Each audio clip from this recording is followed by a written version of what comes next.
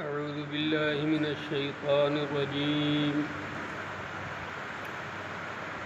بسم الله الرحمن الرحيم.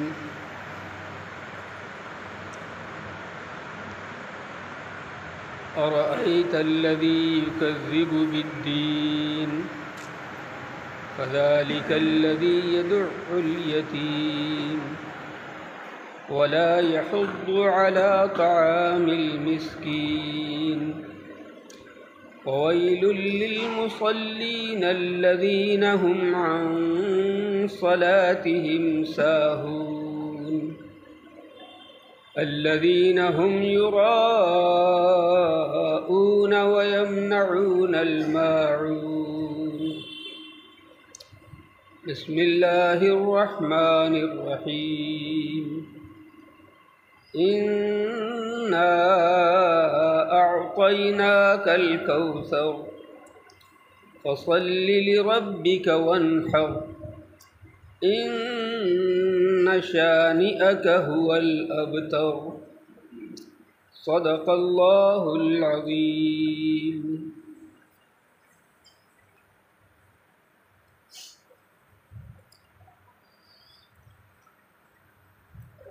اللہ تعالیٰ نے قرآن کریم میں مسلمانوں کی تربیت کے لیے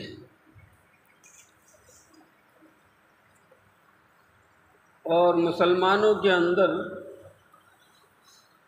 اچھے اخلاق پیدا کرنے کے لیے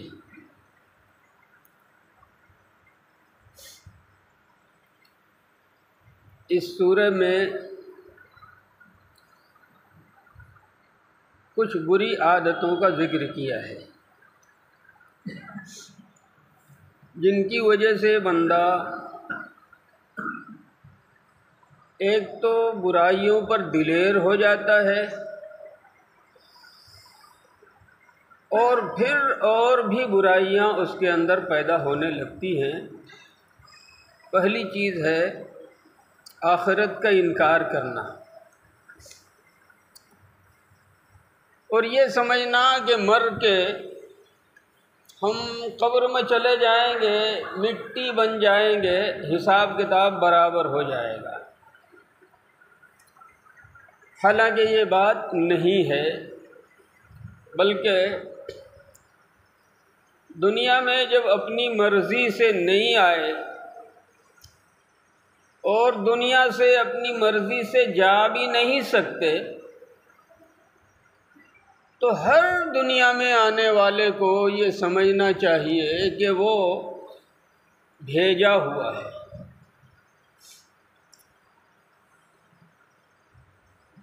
اور جب اس کو اللہ نے دنیا میں بھیجا ہے تو بے مقصد نہیں بھیجا بلکہ ایک کام دے کے بھیجا. اور کام یہ ہے کہ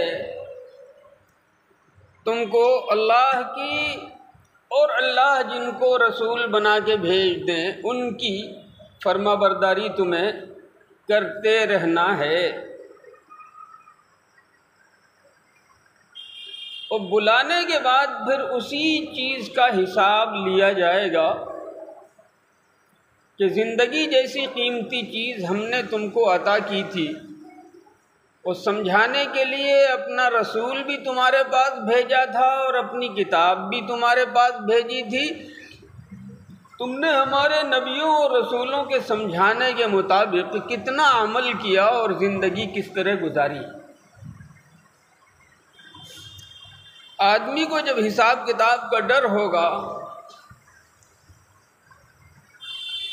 تو وہ کوشش کرے گا صحیح راستے پہ چلتے رہنے کی.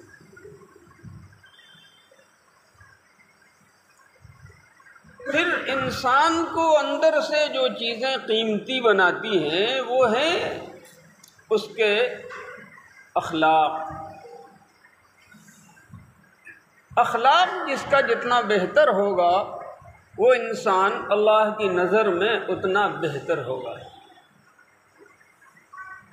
اور اخلاق کی عمدگی کے لیے یہ ضروری ہے کہ اندر انسان کے اندر رحم کا مادہ ہو، انسان کے اندر مروت کا مادہ ہو، اور جس انسان کے اندر رحم ہوگا، جس انسان کے اندر مروت ہوگی، وہ کسی یتیم کے ساتھ کبھی سختی سے، جھڑک کے، حقارت سے بات نہیں کرے گا۔ خود نبی اکرم صلی اللہ علیہ وسلم کو اللہ رب العزت نے ہدایت فرمائی، اما الیتیم فلا تقہر، کسی یتیم کے ساتھ غصے سے بات مت کیجیے۔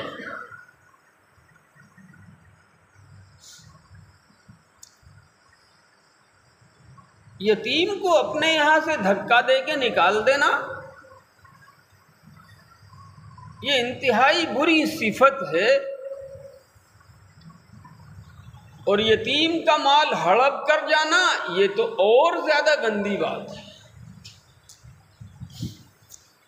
مفسرین نے واقعہ لکھا ہے کہ ابو جہل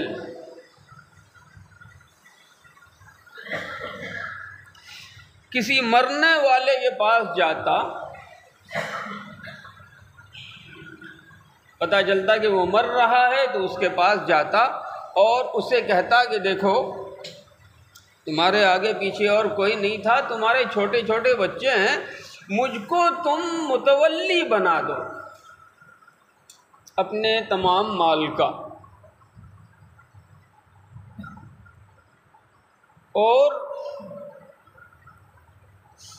وہ آدمی اس کو متولی اگر بنا دیتا اور مر جاتا تو مرنے کے بعد وہ سارا مال اس کا اپنے قبضے میں کر لیتا اور پھر اس یتیم کو اس سے محروم کرتا۔ یتیم کو حالانکہ مال اس کا نہیں ہے، مال یتیم کا ہے، صرف اس کو متولی بنا دیا گیا ہے تو وہ مال ہڑپ کر لیتا۔ قرآن کریم نے اس سورہ پاک میں اس کا ذکر بھی کیا ہے، اس کی طرف بھی اشارہ ہے۔ دوسری جگہ اللہ تعالیٰ نے قرآن کریم کے اندر ارشاد فرمایا،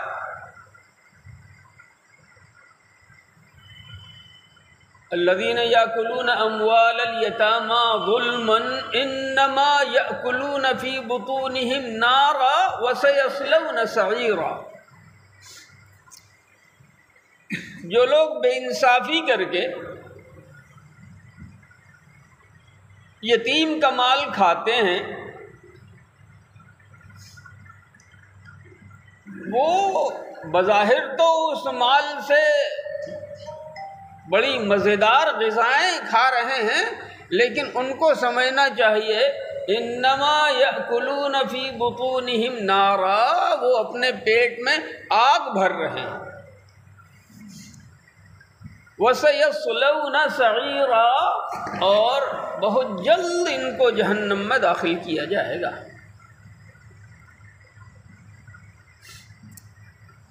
پھر اللہ تعالیٰ نے بے مروتی سے بچنے کے لیے اس کا بھی تذکرہ کیا، وَلَا يَحُضُّ عَلَىٰ طَعَامِ الْمِسْكِينِ، مسکین کو کھلانے کی طرف ان کی توجہ نہیں ہوتی۔ حالانکہ اللہ نے آپ کو اگر دیا ہے تو آپ کے اندر، آپ کے مال میں دوسروں کا بھی حق ہے، خوب استعمال کیجئے، خوب کھائیے پیجئے، لیکن جو غریب ہیں جن کو اللہ نے نہیں دیا ہے، جو مساکین ہیں، ان کی بھی ضرورتیں ہیں، اگر وہ تنگی سے گزارا کر رہے ہیں اور آپ کے پاس گنجائش ہے تو پھر ان کی بھی مدد کرتے رہیے۔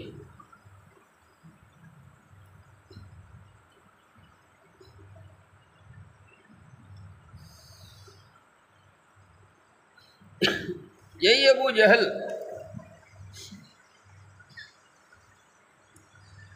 جو مرنے والے کے پاس جا کے متولی بننے کا حق حاصل کر لیتا تھا اور پھر اس کے اصل مالک یتیموں کو جھڑکتا تھا، محروم کرتا تھا، ایک شخص کے پاس ساتھ ایسا ہی ہوا، وہ بچہ نبی اکرم صلی اللہ علیہ وسلم کی خدمت میں حاضر ہوا اور کہا یا رسول اللہ صلی اللہ علیہ وسلم، ابو جہل نے میرا مال ہڑپ کر لیا ہے اور مجھی کو اس سے محروم رکھتا ہے، مجھ کو اپنے ہی مال سے فائدہ اٹھانے نہیں دیتا، آپ چلیے ذرا سفارش کر دیجئے۔ نبی اکرم صلی اللہ علیہ وسلم ابو جہل کے پاس سفارش کے لیے گئے تو حضور پاک صلی اللہ علیہ وسلم کے سامنے ہی اس بچے پہ ناراض ہوا اور بہت برا بھلا کہا، تو اللہ پاک نے یہ سورہ نازل فرمائی۔ اگلی سورہ جو ہے وہ سورہ کوثر کے نام سے مشہور ہے، اور پچھلی سورت سے اس سورت کا تعلق بھی ہے، ابھی میں عرض کروں گا۔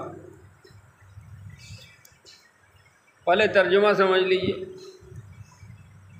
انا، بے شک ہم نے، عربی میں اگر کہا جائے انی تو اس کا ترجمہ ہوتا ہے میں، آئی، اور اگر کہا جائے انا تو اس کا ترجمہ ہوتا ہے یقیناً، انا مانے یقیناً، انا یقیناً ہم، وی، اعطینا، اعطا مانے دیا، اعطینا ہم نے دیا، انا اعطینا بے شک ہم نے دیا۔ اور میں اس سے پہلے بھی عرض کر چکا ہوں کہ کاف زبر کے ساتھ اگر آئے تو اس کے معنی ہوتے ہیں آپ۔ ایاک نعبدک سورہ فاتحہ میں عرض کر چکا ہوں۔ انا اعطیناک، بے شک ہم نے آپ کو دیا، الکوثر، الکوثر کا دونوں معنی ہے، ایک تو خود کوثر، اور کوثر کو کوثر کیوں کہتے ہیں یہ بھی انشاءاللہ عرض کروں گا۔ کوثر کے معنی آتے ہیں خیر کثیر، بہت بھلائی، بہت سی بھلائی۔ انا اعطیناک الکوثر، اس کا ایک ترجمہ تو یہ ہو سکتا ہے کہ ہم نے آپ کو، بے شک ہم نے آپ کو بہت سی بڑی بھلائیاں دی ہیں۔ فے مانے تو، صلی نماز پڑھیے، صلی کے دونوں معنی آتے ہیں، صلی مانے نماز پڑھیے اور صلی مانے درود بھیجیے۔ التحیات کے بعد جو ہم پڑھتے ہیں اللہم صلی، اے میرے اللہ آپ درود بھیجیے، وہاں یہ مطلب نہیں ہوگا کہ آپ نماز پڑھیے۔ اللہم صلی، اے میرے اللہ آپ درود بھیجیے، اور یہاں پر اللہ کی طرف سے حکم آ رہا ہے فصلی، تو آپ نماز پڑھیے۔ لام مانے، لام کو جب زیر دے کے لکھا جائے تو اس کا ترجمہ ہوتا ہے واسطے، اس کے لیے۔ رب مانے رب، اور کا مانے آپ، رب کا آپ کا رب، لربی کا لام جب آئے گا تو آگے زیر ہو جائے گا، پھر پیش نہیں رہے گا۔ لربی کا اپنے رب کے لیے، فصلی لربی کا تو اپنے رب کے لیے آپ نماز پڑھیے۔ ونحر، ونحر کا دو ترجمہ ہوتا ہے، نحر کے معنی آتے ہیں سینے کے، ونحر کا ایک ترجمہ یہ ہوگا کہ اپنا سینہ قبلہ کی طرف کیجیے۔ اور اونٹ کو جب ذبح کیا جاتا ہے تو گلے سے نہیں ذبح کیا جاتا ہے، سینے کے پاس برچھی مار کے، اس کو نحر کہتے ہیں۔ تو ونحر کا ایک ترجمہ ہوگا کہ قربانی کے لیے، فصلی لربک وانحر، تو آپ اپنے رب کے لیے نماز پڑھیے اور قربانی کیجیے۔ ان شانئک هو الابتر، ان مانے بے شک، شانی مانے دشمن، ان جب آیا تو اس کے بعد زبر آئے گا۔ اب شانی نہیں بولیں گے کیونکہ ان آیا ہے، کیونکہ ان شانئک، بے شک آپ کا دشمن، هو الابتر، ہوا مانے وہ، اور ابتر جس کی جڑ کٹ گئی ہے، جس کے بعد وہ آدمی جس کی نسل ختم ہو گئی، اس کے بعد کوئی بچا نہ ہو۔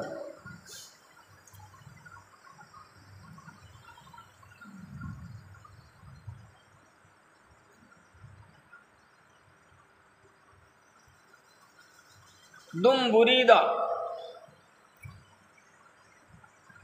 بے شک آپ کا دشمن ہی جڑ کٹا ہوا ہے۔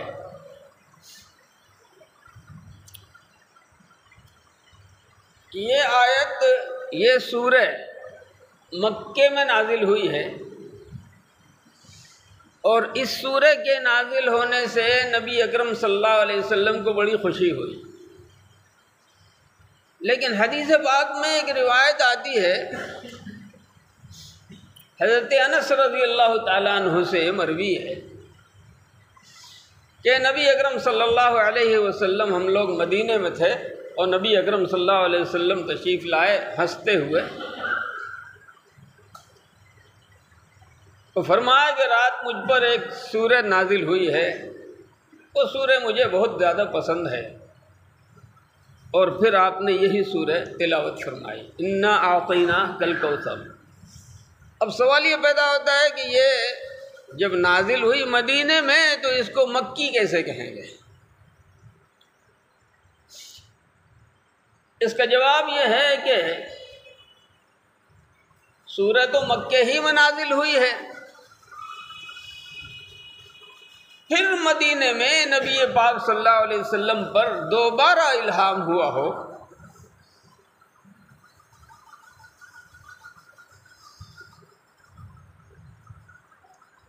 اور اس سورہ کی شان نزول، یعنی یہ سورہ کیسے، کس حال میں نازل ہوئی۔ ایک آدمی تھا، اس کا نام تھا عاص ابن وائل، عاص ابن وائل، نبی اکرم صلی اللہ علیہ وسلم سے بہت دشمنی رکھتا تھا۔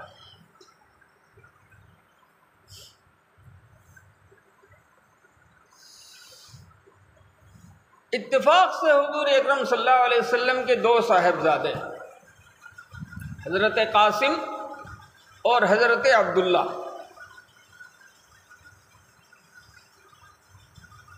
تین صاحبزادے تھے آپ صلی اللہ علیہ وسلم کو، قاسم، عبداللہ، ابراہیم، اور یہ طیب اور طاہر، یہ دونوں لقب ہیں، یہ علیحدہ نہیں ہے۔ تو مکے میں آپ صلی اللہ علیہ وسلم کے دونوں صاحبزادوں کا انتقال ہو گیا ہے، حضرت قاسم کا اور حضرت عبداللہ کا۔ عاص ابن وائل کو بڑی خوشی ہوئی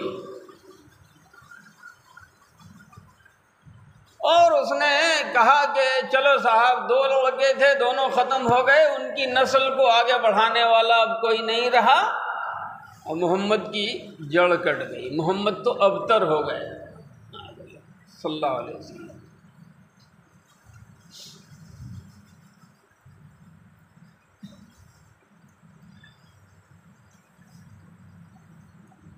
اللہ پاک نے فرمایا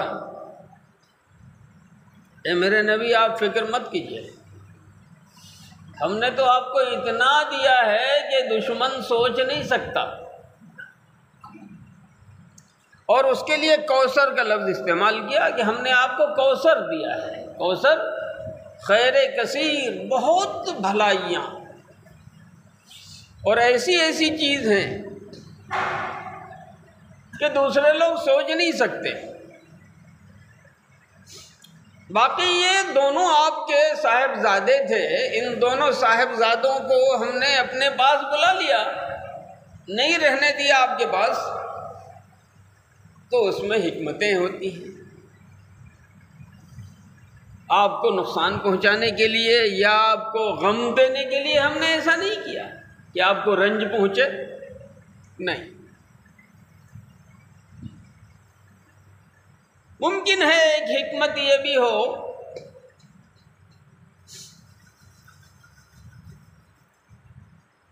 کہ نبی اکرم صلی اللہ علیہ وسلم کو خاتم النبیین بنایا گیا، تمام نبیوں کے ختم کرنے والے۔ اگر آپ صلی اللہ علیہ وسلم کی نر اولاد کو یعنی آپ کے صاحبزادوں کو اگر زندہ رکھا جاتا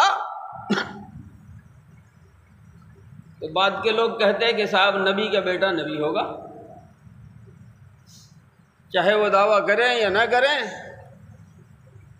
ایک دروازہ کھولتے۔ حالانکہ اللہ رب العزت نے فرمایا ما کان محمد ابا احد من رجالکم ولکن رسول اللہ وخاتم النبیین، محمد صلی اللہ علیہ وسلم تم میں سے کسی بالغ مرد کے باپ نہیں ہے، باپ تو بنے لیکن نابالغی کی حالت میں ہی ان کی اولاد کا انتقال ہو گیا، ایسے کے باپ نہیں ہے جس کو مرد کہا جائے۔ ولیکن رسول اللہ، لیکن وہ اللہ کے رسول ہیں، وخاتم النبیین، اور نبیوں کے ختم کرنے والے ہیں، یعنی آپ صلی اللہ علیہ وسلم پر اب نبوت کا خاتمہ ہو گیا، اب قیامت تک جبریل امین کسی پر بھی وحی لے کے نہیں آئیں گے۔ باقی صاحبزادیاں وہ زندہ ہیں تو کوئی حرج کی بات نہیں ہے، اس سے کوئی فرق نہیں پڑتا، اس لیے کہ آج تک کوئی نبی نہیں، کوئی عورت نبی نہیں بنی، اللہ تعالیٰ نے کسی عورت کو نبوت نہیں دی، تو ممکن ہے کہ صاحبزادوں کا وصال اس بنیاد پر بھی ہو گیا ہو۔ لیکن اللہ پاک نے فرمایا کہ میرے پیارے، بیٹا باپ کے لیے کیا کرتا ہے؟ نسل آگے بڑھاتا ہے، لیکن اگر نالائق ہوا، اپنے باپ کی شان کو بٹا لگانے والا ہوا، تو نسل آگے بڑھا کے بھی کیا کرے گا؟ یہ ایک کام تو ہوتا ہے اولاد کا، دوسرا تو کوئی اور ہوتا نہیں، کہ باپ اگر صحیح ڈھنگ صحیح راستے پر ہے تو اولاد بھی صحیح راستے پہ اگر ہے تو باپ کا نام روشن کرے۔ اور اس کے لیے ہم نے آپ کو اتنا دیا ہے، اولاً تو قرآن دیا ہے، اور کوثر کا ایک ترجمہ قرآن کریم بھی ہے، اس لیے کہ میں نے عرض کیا کہ کوثر کا مطلب ہے بہت سی بھلائی، اور بھلائیوں کا مجموعہ قرآن کریم ہے، تو ہم نے آپ کو بہت سی بھلائی دی ہے، ہم نے آپ کو قرآن دیا ہے۔ اب قیامت تک کوئی بھی قرآن پڑھے گا وہ آپ کو یاد کرے گا، اور جب یاد کرے گا تو محبت کے ساتھ یاد کرے گا، عقیدت کے ساتھ یاد کرے گا۔ ہم نے آپ کو اسلام دیا ہے، اسلام جیسی نعمت، یہ نعمت جس سے دنیا اور آخرت میں اس کے ماننے والے کا بھلا ہو، پھر اسی کے ساتھ ساتھ یہ بھی ہے کہ ہم نے آپ کا نام اپنے نام کے ساتھ ساتھ رکھا ہے۔ اذان ہوتی ہے، جہاں مؤذن اشہد ان لا الہ الا اللہ کہتا ہے، وہی مؤذن اشہد ان محمد الرسول اللہ بھی کہتا ہے۔ اور صرف اذان ہی کو اگر لے لو تو آپ یقین مانو کہ پوری دنیا میں ایک سیکنڈ بھی خالی نہیں ہے جب اللہ کا نام نہ لیا جا رہا ہے یا اللہ کے نبی صلی اللہ علیہ وسلم کا نام نہیں لیا جا رہا ہے۔ چلو ادھر پورب سے شروع کرتے ہیں۔ وقت ہوا فجر کا، اذان دی گئی، اس کے بعد جو ملک پڑا، یہ اذان ختم ہوتے ہوتے وہاں وقت شروع ہو گیا، وہاں اذان ہوئی، پھر آگے بڑھا، 5 منٹ کے بعد پھر دوسرے ملک میں اذان شروع ہو گئی، ہوتے ہوتے بنگلہ دیش تک آئی، پھر بنگلہ دیش سے بالترتیب چلے تو ہر 5 منٹ کے بعد وہ ادھر اذان ختم ہوئی اور دوسری اذان شروع ہوئی، یہاں پہنچ گئے۔ ہندوستان میں یہ سلسلہ چلتا رہا، پہنچ گئے ممبئی تک، تو 1 گھنٹے کا فرق ہو گیا، وہاں جاتے جاتے 1 گھنٹہ ہو گیا، اس کے بعد اور آگے بڑھتے چلے گئے، سعودی عرب پہنچے تو وہاں سے 2.5 گھنٹے کا فرق ہو گیا۔ اس بیچ میں ہر لمحہ اذان ہوتی چلی گئی، پھر اور آگے گئے، اب ادھر سے ظہر کا وقت ہونا شروع ہوا، ابھی ادھر فجر کی اذان چل رہی ہے، ابھی ختم نہیں ہوئی ہے۔ امریکہ پہنچے تو یہاں دن ہے وہاں رات ہے، اب یہ ایسا چکر چلا ہے کہ پوری دنیا میں ایک طرف سے ختم کرو تو دوسری طرف سے شروع ہو جائے، پھر وہاں ختم کرو تو وہاں شروع ہو جائے، اور جہاں اللہ کا نام وہیں اللہ کے رسول صلی اللہ علیہ وسلم کا نام۔ تو اللہ پاک نے فرمایا کہ میرے پیارے 2 بیٹے گئے ہیں، غم مت کرو، ہم نے تو آپ کا نام روشن کرنے کے لیے پوری دنیا میں سسٹم ایسا چلا دیا ہے کہ آپ سے زیادہ کسی کا نام نہیں لیا جائے گا۔ اچھا تو یہ جو اذان کا معاملہ تھا، نماز کا معاملہ اگر لے لو تو جہاں اللہ کے نام کے ساتھ نماز شروع کی گئی اللہ کی بڑائی بیان کرتے ہوئے اللہ اکبر، پھر قرآن کریم کی تلاوت ہوئی، پھر اللہ کا نام لیا گیا سبحان ربی العظیم، پھر اللہ کی بڑائی بیان کی گئی، پھر سجدے میں اللہ کا نام لیا گیا سبحان ربی الاعلیٰ، رکعت پوری کی گئی، اور دوسری رکعت پوری کر کے بیٹھو تو اب التحیات کے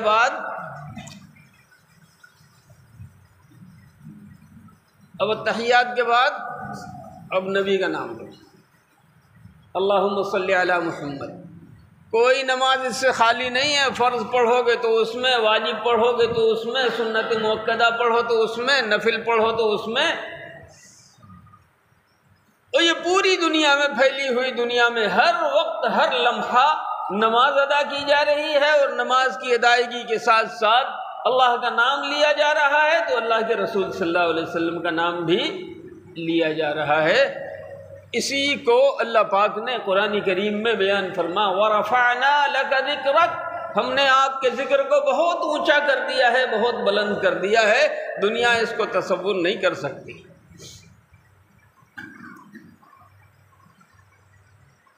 اس عظیم نعمت کے صلے میں آپ کو کرنا کیا ہے؟ یہ فا جو ہے اسی کے لیے ہے۔ تو کب بولتے ہیں؟ جب اس سے پہلے کچھ ہو چکا ہو، ایسا ہوا تو یہ تو جو ہے سیدھے نہیں بولا جاتا، بلکہ اس وقت بولا جاتا ہے جب اس سے پہلے کچھ ہو چکا ہوتا ہے۔ اب یہاں مطلب کیا ہے کہ یہ انعام جو آپ کو دیا گیا ہے تو شکریہ میں آپ کو کرنا کیا ہے؟ فصلی، تو آپ نماز پڑھیے۔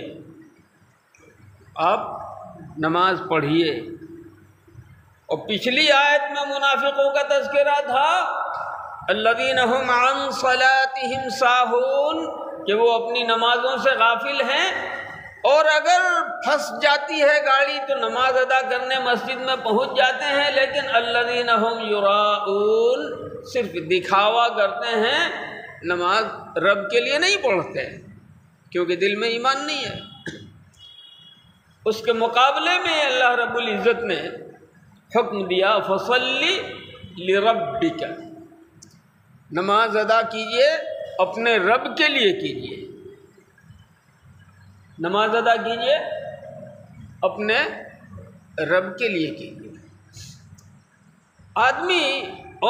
جو آدمی اخلاص کے ساتھ جی لگا کے نماز ادا کرے گا، اللہ تعالیٰ نے قرآن کریم میں اس کے کامیاب ہونے کا اعلان فرمایا ہے، قد افلح المؤمنون، یقیناً ایمان والے لوگ کامیاب ہو گئے، الذین هم فی صلاتہم خاشعون، جو لوگ اپنی نمازوں میں خشوع کرتے ہیں، یعنی مطلب جی لگا کے اللہ ہی کی طرف متوجہ رہتے ہیں اور اللہ ہی کے لیے عبادت کرتے ہیں۔ ایک حدیث میں اللہ کے رسول حضور اکرم جناب محمد رسول اللہ صلی اللہ علیہ وسلم نے ارشاد فرمایا، الاحسان ان تعبد اللہ کأنک تراہ فإن لم تکن تراہ فإنہ یراک۔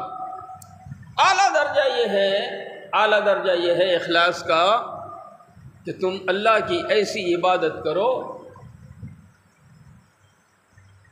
کأنک تراہ، گویا تم اللہ کو دیکھ رہے ہو، اللہ کی ذات تمہارے سامنے ہے اور اس کے لیے تم اس کی طرف متوجہ ہو کر کے اور ذہن میں یہ تصور جما کے اس کے لیے نماز ادا کرو۔ اس کا ایک مطلب یہ بھی ہو سکتا ہے کہ نماز میں ادھر ادھر بہکو مت، اپنے خیالات کو بہکنے مت دو، شیطان بہکائے گا پھر سمیٹ کے تو بھئی میں نماز میں ہوں، اللہ کے سامنے کھڑا ہوں۔ کسی بڑے آدمی کے سامنے کوئی کھڑا ہوتا ہے تو ادھر ادھر دھیان جاتا ہے کیا؟ نہیں جاتا ہے۔ اور اللہ رب العزت تو مالک الملک ہے، ساری کائنات کا اکیلا مالک ہے، وہی کھلاتا ہے وہی پلاتا ہے۔ تو فرمایا میرے آقا صلی اللہ علیہ وسلم نے ان تعبد اللہ کأنک تراہ، عبادت کرو اللہ کی اس طریقے سے کہ گویا تم اس کو دیکھ رہے ہو، فإن لم تکن تراہ فإنہ یراک، اگر تم اس کو نہیں دیکھ رہے ہو تو وہ تو تم کو دیکھ رہا ہے۔ کم سے کم یہ تصور دل میں جماؤ کہ میرا مالک مجھ کو نماز پڑھتے ہوئے دیکھ رہا ہے، میرا مالک مجھ کو تلاوت کرتے ہوئے دیکھ رہا ہے، میرا مالک مجھ کو عبادت کرتے ہوئے دیکھ رہا ہے۔ عبادت کی تمام شکلوں میں بس اللہ کی طرف متوجہ رہو۔ یہاں فرمایا فصلی لربک، اپنے رب کے لیے آپ نماز ادا فرمائیے، وانحر، اور قربانی کیجیے، اور قربانی کیجیے۔ وہ میں نے عرض کیا تھا کہ نہر کے معنی آتے ہیں سینے کے، نہر کے معنی سینے کے۔ ایک مطلب یہ بھی ہو سکتا ہے کہ اپنا سینہ قبلے کی طرف متوجہ کیجیے، ادھر ادھر پھرنے نہ پائے، پھر اپنے دعا کے لیے ہاتھ اٹھائیے تو سینے کے برابر میں ہاتھ اٹھائیے۔ اور عام جمہور مفسرین نے یہ فرمایا کہ قربانی کیجیے، یہ موسم کی قربانی مراد ہے جو واجب ہے، اور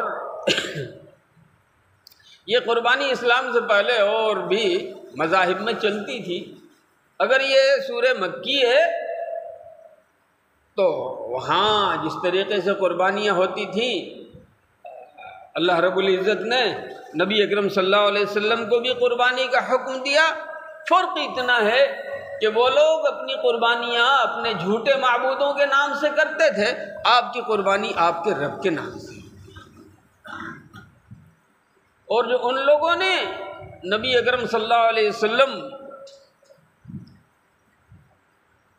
کے صاحبزادوں کی وفات پر یہ کہا تھا کہ محمد صلی اللہ علیہ وسلم ابتر ہو گئے، جڑ کٹ گئی، نسل آگے بڑھانے والا کوئی نہیں رہا، تو اللہ پاک فرماتا ہے کہ آپ فکر مت کیجئے، آپ کا جو دشمن ہے، آپ کا مخالف ہے، جڑ تو اس کی کٹی ہے، جڑ تو اس کی کٹی ہے۔ آج حضرت سیدنا بلال رضی اللہ تعالی عنہ تک کے نام لیوا اور محبت اور عقیدت کے ساتھ نام لینے والے موجود ہیں، لیکن یہ جو بڑے بڑے سردار تھے جو نبی اکرم صلی اللہ علیہ وسلم کی دشمنی میں مر گئے، آج کوئی پوری دنیا میں نام لینے والا اس کا نہیں ہے، جڑ تو اس کی کٹی ہے۔ جہاں تک حضور اکرم جناب محمد رسول اللہ صلی اللہ علیہ وسلم کا مسئلہ ہے تو کوئی پل خالی نہیں ہے جہاں نبی کا نام نہ لیا جا رہا ہے، کوئی پل خالی نہیں ہے جہاں نبی پر درود نہیں بھیجا جا رہا ہے، کوئی پل خالی نہیں ہے جہاں نبی اکرم صلی اللہ علیہ وسلم کو محبت کے ساتھ یاد نہ کیا جا رہا ہو۔ اللہ پاک نے فرمایا ان شانئک هو الابتر، آپ کا دشمن ہی جڑ کٹا ہوا ہے۔